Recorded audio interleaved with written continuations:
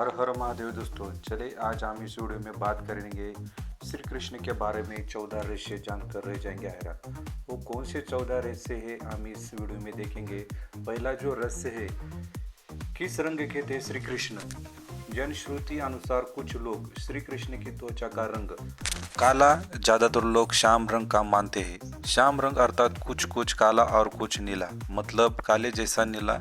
जैसे सूर्यास्त के बाद जब दिन अस्त होने वाला रहता है तो आसमान का रंग काले जैसा नीला हो जाता है। ये था श्री कृष्ण का पहला जो रहस्य है। जनश्रुति अनुसार उनका रंग न तो काला और न नीला था, यह भी कि उनका रंग काला मिश्रित नीला भी नहीं था। उनकी त्वचा का रंग श्याम रंग भी नहीं था। दरअसल उनकी त्वचा का रंग मेघ श्यामल था, अर्थात काला, नीला और सफेद मिश्रित रंग था। चलिए देखते अगला रहस्य कौन था। श्री कृष्ण की गंध। प्रचलित जनश्रुति अनुसार माना जाता है कि उनके शरीर से मादक गंध निकलती रहती थी। इस गंध को वे अपने गुप्त अभियानों में छुपाने का उपक्रम करते थे। यही खूबी द्रौपदी में भी थी। द्रौपदी के शरीर से भी सुगंध निकलती रहती थी जो लोगों को आकर्षित करती थी। सभी इस सुगंध की दिशा में देखने लगते थे। इसलिए अज्ञातवास के समय द्रौपदी को चंदन, उपटन और इत्यादि का कार्य किया, जिसके चलते उनकी सौरेंद्रिका कहा जाने लगता था। माना जाता है कि श्री कृष्ण के शरीर से निकलने वाली गंध गोपिका चंदन और कुछ कुछ रात रानी की सुगंध जैसी मिलती जुलती थी। अगला रहस्य कौन सा है। श्री कृष्ण के शरीर का गुण। कहते हैं कि भगवान श्री कृष्ण की देह कोमल अर्थात लड़कियों के समान मृदु थी, लेकिन युद्ध के समय उनकी देह विस्तृत और कठोर हो जाती थी। जनश्रुति अनुसार ऐसा माना जाता है कि ऐसा इसलिए हो जाता था क्योंकि योग और कलारीपट्टू विद्या में पारंगत थे। इसका मतलब है कि श्री कृष्ण अपनी देह को किसी भी प्रकार का बनाना जानते थे। इसलिए स्त्रियों के समान दिखने वाला उनका कोमल शरीर युद्ध के समय अत्यंत ही कठोर दिखाई देने लगता था। यही गुण कर्ण और द्रौपदी के शरीर में भी था। सदा जवान बने रहे श्री कृष्ण। भगवान श्री कृष्ण का जन्म मथुरा में हुआ था। उनका बचपन गोकुल, वृंदावन, नंदगांव, बरसाना आदि जगहों पर बीता। द्वारिका को उन्होंने अपना निवास स्थान बनाया और सोमनाथ के पास स्थित प्रभास क्षेत्र में उन्होंने देह छोड़ दी। दरअसल भगवान कृष्ण इसी प्रभाव क्षेत्र में अपने कुल का नाश देखकर बहुत व्यथित हो गए थे। वे तभी से वही रहने लगे थे। एक दिन वे एक वृक्ष के नीचे विश्राम कर रहे थे, तभी किसी पहेली ने उनको हरिण समझकर तीर मार दिया। यह तीर उनके पैरों में जाकर लगा और तभी उन्होंने देह त्यागने का निर्णय लिया। एक दिन वो इसी प्रभाव क्षेत्र के वन में एक पीपल के वृक्ष के नीचे योग निद्रा में लेटे थे। तभी जरा नामक पहले ने भूलवश उन्हें हिरण समझकर विष युक्त बाण चला दिया, जो उनके पैर के तलवे पे जाकर लगा और भगवान श्री कृष्ण ने इसी को बहाना बनाकर देह त्याग दी। जनश्रुति अनुसार भगवान श्री कृष्ण ने जब देह त्याग किया तब उनके देह के केश न तो श्वेत थे और न ही उनके शरीर पर किसी प्रकार की झुर्रियां पड़ी थी, अर्थात वे 119 वर्ष की उम्र में ही युवा जैसे ही थे। यह था उनका रहस्य। और अगला 5वां रहस्य है कृष्ण की द्वारिका। भगवान कृष्ण ने गुजरात के समुद्र तट पर अपने पूर्वजों की भूमि पर एक भव्य नगर निर्माण किया था। कुछ विद्वान कहते हैं कि उन्होंने पहले से उजाड़ पड़ी कुशस्थली को फिर से निर्मित करवाया था। माना जाता है कि भगवान श्री कृष्ण अंतिम वर्षों की छोड़कर कभी भी द्वारिका में 6 महीने से ज़्यादा नहीं रहे। जो भी हो, श्री कृष्ण की इस नगरी को विश्वकर्मा और मैदानों ने मिलकर बनाया था। विश्वकर्मा देवताओं के और मैदानों असुरों के इंजीनियर थे। दोनों के राम के काल में भी थे। इतिहासकार का मानते हैं कि द्वारिका जल में डूबने से पहले नष्ट की गई थी। किसे नष्ट किया होगा द्वारिका को, यह सवाल अभी भी बना हुआ है। हालांकि समुद्र के भीतर द्वारिका के अवशेष ढूंढ लिए गए हैं। वहाँ उस समय के जो बर्तन मिले हैं वो 1528 ईस्वी पूर्व से 3000 ईस्वी पूर्व के बताए जाते हैं।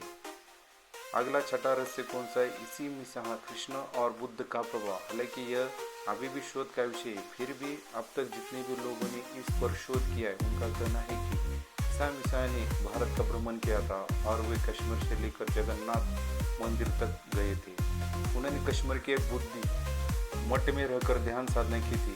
यही यहीं पर उनकी समाधि भी है। शोधकर्ता मानते हैं कि श्री कृष्ण का ईसा मसीह के जीवन पर बहुत प्रभाव पड़ा। उनके जन्म की कथा श्री कृष्ण की जन्म की कथा जैसे कुछ मिलती जुलती है। इस जोखिलियत ने 1869 में अपनी एक पुस्तक द बाइबिल इन इंडिया में लिखा है कि जीसस क्रिस्ट और भगवान श्री कृष्ण एक थे।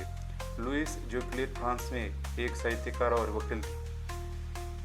इन्होंने अपनी पुस्तक में कृष्ण और क्राइस्ट पर एक तुलनात्मक अध्ययन प्रस्तुत किया है। जीसस शब्द के विषय में लुइस ने कहा कि क्राइस्ट को जीसस नाम भी उनके अनुयायी ने दिया। इसकी संस्कृत में अर्थ होता है मूल तत्व। अगला 7वां रहस्य कौन सा है? मार्शल आर्ट के जन्मदाता थे श्री कृष्ण। भारतीय परंपरा और जनश्रुति अनुसार भगवान श्री कृष्ण ने ही मार्शल आर्ट का आविष्कार किया था। दरअसल पहले से कालारिपुट्टू कहा जाता है। इसी विद्या के माध्यम से उन्होंने चाणूर और मुस्टिक जैसे मल्लों का वध किया था। तब उनकी उम्र 16 वर्ष की थी। मथुरा में दुष्ट राजा के सिर को हथेली के प्रहार से काट दिया था। जनश्रुतियों के अनुसार श्री कृष्ण ने मार्शल आर्ट का विकास ब्रज क्षेत्र के वनों में किया था। डांडिया रास उसी का एक नृत्य रूप है। कलारीपट्टू विद्या के प्रथम आचार्य श्री कृष्ण को माना जाता है। हालांकि इसके बाद इसकी विद्या को अगस्त्य मुनि ने प्रचारित किया था। इस विद्या के कारण की नारायणी सेना भारत की सबसे भयंकर प्रहारक सेना बन गई थी। श्री कृष्ण ने ही कलारीपट्टू की नींव रखी, जो बाद में बौद्ध धर्म से होते हुए आधुनिक मार्शल आर्ट की विकसित हुई। बौद्ध धर्म के कारण ही यह विद्या चीन, जापान और बुद्ध राष्ट्रों में खूब फली फूली। आज भी यह विद्या केरल और कर्नाटक में प्रचलित है। श्री कृष्ण ने इस विद्या का अपनी नारायणी सेना को सिखा रखा था। डांडिया रास इसी का एक रूप है। मार्शल आर्ट के कारण उस काल में नारायणी सेना को भारत की सबसे भयंकर प्रहारक माना जाता था। 8वां रहस्य है परशुराम जी ने दिया था सुदर्शन चक्र। श्री कृष्ण के पास यूं तो कई प्रकार के दिव्यास्त्र थे, लेकिन सुदर्शन चक्र मिलने के बाद सभी और उनकी साख बढ़ गई थी। शिवाजी सावंत की किताब युगंधर अनुसार श्री कृष्ण को भगवान परशुराम ने सुदर्शन चक्र प्रदान किया था। तो दूसरी ओर पशुपतास्त्र चलाने भी जानते थे। पशुपतास्त्र शिव के बाद श्री कृष्ण और अर्जुन के पास ही था। इसके अलावा उनके पास प्रसोपास्त्र भी था, जो शिव व सुगुन भीष्म के पास ही था।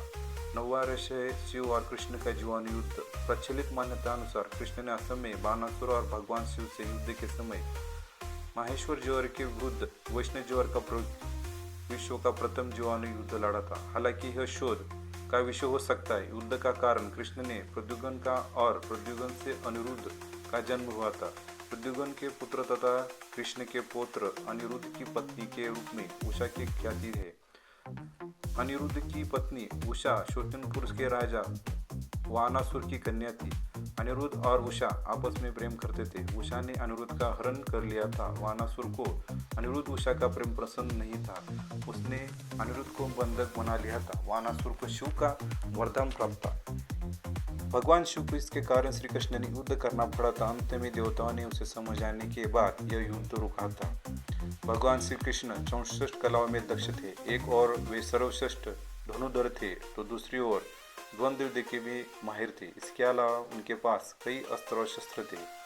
उनके धनुष का नाम सारंग था, उनके खड़ग का नाम नंदक, गदा का नाम कौमुदिक और शंख का नाम पंचचंद था, जो गुलाबी रंग था। श्री कृष्ण के पास जो रथ था उसका नाम जैत्र, दूसरे का नाम करुड़ ध्वज था। उनके सारथी का नाम दारुक था और उनके अश्व का नाम शैव, सुग्रीव, मेघपुष्प और बलाहक था।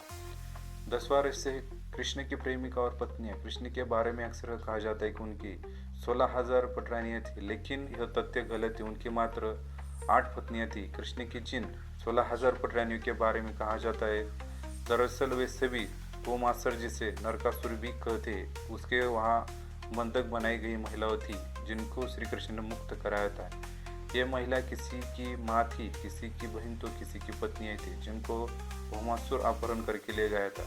दरअसल ब्रह्मवर्त पुराण, गीत गोविंद और जनश्रुतियों में उसका जिक्र है कि राधा, ललिता आदि उनकी प्रेमिकाएं थी। राधा की कुछ सखियां भी कृष्ण से प्रेम करती थी, जिनके नाम निम्न थे: चित्रा, सुदेवी, ललिता, विशाखा, चंपकलता, तुंग विद्या, इंदुलेखा, प्रगट देवी और सुदेवी। ब्रह्मवर्त पुराण अनुसार कृष्ण के कुछ ही प्रेमिका थे, जिनके नाम इस तरह है: चंद्रावली, श्यामा, शैवा, पद्मा, राधा, ललिता, विशाखा तथा भद्रा।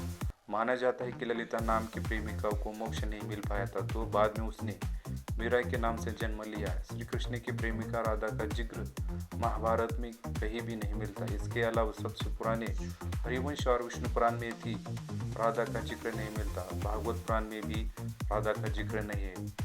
ब्राह्मण वर्त पुराण के बारे में कहा जाता है कि संभवतः यह चाणक्य या गुप्त कला में लिखा गया था। अगला रहस्य कई लोग को जीवित कर दिया था श्री कृष्ण ने। ऋषि संदीपन को जब गुरु दक्षिणा मांगने के लिए कहा गया, तब गुरु ने कहा कि मेरे पुत्र को एक असुर उठा लिया है, आप उसे आपस ले आए तो बड़ी कृपा होगी। श्री कृष्ण ने गुरु के पुत्र को कई जगह ढूंढा और अत्यंत में समुद्र किनारे चले गए, जहाँ से उन्हें पता चला कि असुर उसे समुद्र में ले गए। तो श्री कृष्ण भी वहीं पहुँच गया। बाद में पता चला कि उसे तो यमराज ले गए। तब श्री कृष्ण ने यमराज से गुरु के पुत्र को हासिल कर लिया और गुरु दक्षिणा पूर्ण की। इसी तरह अर्जुन की 4 पत्नियां थी, द्रौपदी, सुभद्रा, उल्फी और चित्रगंधा। द्रौपदी से श्रुतकर्मा और सुभद्रा से अभिमन्यु, उल्फी से इरावत, चित्रगंधा से बभ्रुवाहन नामक पुत्र का प्राप्ति हुई। अभिमन्यु का विवाह महाराज विराट की पुत्री उत्तरा से हुआ। महाभारत युद्ध में अभिमन्यु की वीर गति को प्राप्त हुआ। जब महाभारत का युद्ध चल रहा था, तब उत्तरता गर्भवती थी। उसके पेट में अभिमन्यु का पुत्र पल रहा था। द्रोण पुत्र अश्वत्थामा ने यह संकल्प लेकर ब्रह्मास्त्र छोड़ दिया कि पांडवों का वंश नष्ट हो जाए। द्रोण पुत्र अश्वत्थामा के ब्रह्मास्त्र प्रहार से उत्तरा के मृत्यु शिशु का जन्म दिया था, किंतु भगवान श्री कृष्ण ने अभिमन्यु उत्तरा पुत्र को ब्रह्मास्त्र के प्रयोग के बाद फिर से जीवित कर दिया। यही बालक आगे चलकर राजा परीक्षित नाम से प्रसिद्ध हुआ। परीक्षित के प्राप्ति पुत्र हुए जन्म से ऐसे कई उदाहरण हैं, जबकि भगवान श्री कृष्ण ने लोगों को फिर से जीवित कर दिया। भीम पुत्र घटोत्कच के पुत्र बर्बिक की गर्दन कटी होने के बावजूद श्री कृष्ण ने उसे महाभारत युद्ध की समाप्ति तक जीवित रखा। अगला रहस्य श्री कृष्ण का दिल। हिंदू धर्म के बेहद पवित्र स्थल और 4 धामों में से एक जगन्नाथपुरी की धरती को भगवान विष्णु का स्थल माना जाता है। जगन्नाथ मंदिर से जुड़े एक बेहद रहस्यमय कहानी प्रचलित है। स्थानीय मान्यता अनुसार कहते हैं कि इस मूर्ति के भीतर भगवान कृष्ण का दिल एक पिंड रखा हुआ है, जिससे ब्रह्म विराजमान है। दरअसल जनश्रुति के अनुसार जब श्री कृष्ण की मृत्यु हुई, तब पांडवों ने उनका शरीर का दाह संस्कार कर दिया, लेकिन कृष्ण का दिल पिंड जलता ही रहा। ईश्वर के आदेशानुसार पिंड को पांडवों ने जल में प्रवाहित कर दिया। उस पिंड ने लट्टे का रूप ले लिया। राजा इंद्रधनुष, जो कि भगवान जगन्नाथ का एक भक्त थे, को यह लट्टा मिला तो उन्होंने इसे जगन्नाथ मूर्ति के भीतर स्थापित कर दिया। उसी दिन से लेकर आज तक वह लट्टा भगवान जगन्नाथ की मूर्ति के भीतर है। हर 12 साल अंतराल के बाद जगन्नाथ मूर्ति बदलती है, लेकिन वह लट्टा उसी में रहता है। हालांकि यह शोध का विषय हो सकता है।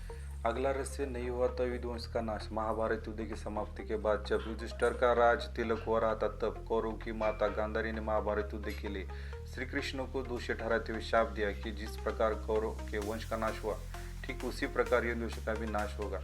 शाप के चलते श्री कृष्ण द्वारिका लौटकर युधिवंश को लेकर प्रभास क्षेत्र में आ गए। कुछ दिनों बाद महाभारत युद्ध की चर्चा करते हुए सात्विक और कृतवर्मा में विवाद हो गया। सात्विकी ने गुस्से में आकर कृतवर्मा का सिर काट दिया। उसमें उन्होंने आपसी युद्ध भड़क उठा और समूह में विभाजित होकर एक दूसरे का संहार करने लगे। इस लड़ाई में श्री कृष्ण के पुत्र प्रद्युम्न और मित्र साहित्यक समेत सभी यदुवंश मारे गए थे। केवल बभ्रुक और दारू के बचे रह गए थे। यदुवंश के नाश के बाद कृष्ण के ज्येष्ठ भाई बलराम समुद्र तट पर बैठ गए और एकांचित होकर परमात्मा में लीन हो गए। इसी प्रकार शेषनाग के अवतार बलराम जी ने देह त्यागी और स्वधाम लौट गए। बलराम जी के देह त्यागने के बाद जब एक दिन श्री कृष्ण पीपल के नीचे ध्यान के मुद्रा में लौटे थे, तब उसी क्षेत्र में एक जरा नाम का पहले आया हुआ था। जरा के शिकारी था और वह हिरण का शिकार करना चाहता था। जरा को दूर से हिरण के मुख के समान श्री कृष्ण का तलवा दिखाई दिया। बलि ने बिना कोई विचार किए वहीं से एक तीर छोड़ दिया, जो कि श्री कृष्ण के तलवे में जाकर लगा। जब वह पास गया तो उसने देखा कि श्री कृष्ण के पैर में उसने तीर मार दिया। उसके बाद उसे बहुत पश्चाताप हुआ और वह क्षमा याचना करने लगा। तब श्री कृष्ण ने वही लिया से कहा कि जरा तू डर मत, तूने मेरे मन का काम किया, अब तू मेरी आज्ञा से स्वर्ग लोक प्राप्त करेगा। भैलिया ने जाने के बाद वहां श्री कृष्ण का सारथी दारुक पहुंच गया। दारुक को देखकर श्री कृष्ण ने कहा कि वह दारुका जाकर सभी को यह बताए कि पूरा युद्धवंश नष्ट हो चुका है और बलराम के साथ श्री कृष्ण भी स्वधाम लौट चुके हैं। अंततः संदेश लेकर दारुका से चला गया। इसके बाद उस क्षेत्र में सभी देवता और स्वर्ग के अप्सराएं, यक्ष, गन्धर्व, गंधर्व आदि आए और उन्होंने श्री कृष्ण की आराधना की। आराधना के बाद श्री कृष्ण ने अपने नेत्र बंद कर लिए और वे श्रीमद् भागवत के अनुसार जब श्री कृष्ण और बलराम के स्वधाम गमन की सूचना इनके प्रयोजन तक पहुंचे तो उन्होंने भी इस दुख से प्राण त्याग दी। देवकी, रोहिणी, वसुदेव, बलराम जी की पत्नियां, श्री कृष्ण की पत्नियां आदि सभी ने शरीर त्याग दिया। इसके बाद अर्जुन ने यदुवंश के निमित्त पिंडदान और श्राद्ध आदि संस्कार किए। यदुवंश के बचे हुए लोग, महाभारत और पुराण अनुसार इन संस्कारों के बाद यदुवंश के बचे हुए लोगों को लेकर अर्जुन इंद्रप्रस्थ लौट आए। इसके बाद श्री कृष्ण के निवास स्थान को छोड़कर शेष द्वारिका समुद्र में डूब गई। यदि यदुवंश के लोगों को बचा गए थे तो क्या उनका वंश नष्ट नहीं हुआ था? श्री कृष्ण के स्वधाम लौटने की सूचना पाकर सभी पांडवों ने भी हिमालय की ओर यात्रा प्रारंभ कर दी। इसी यात्रा में ही एक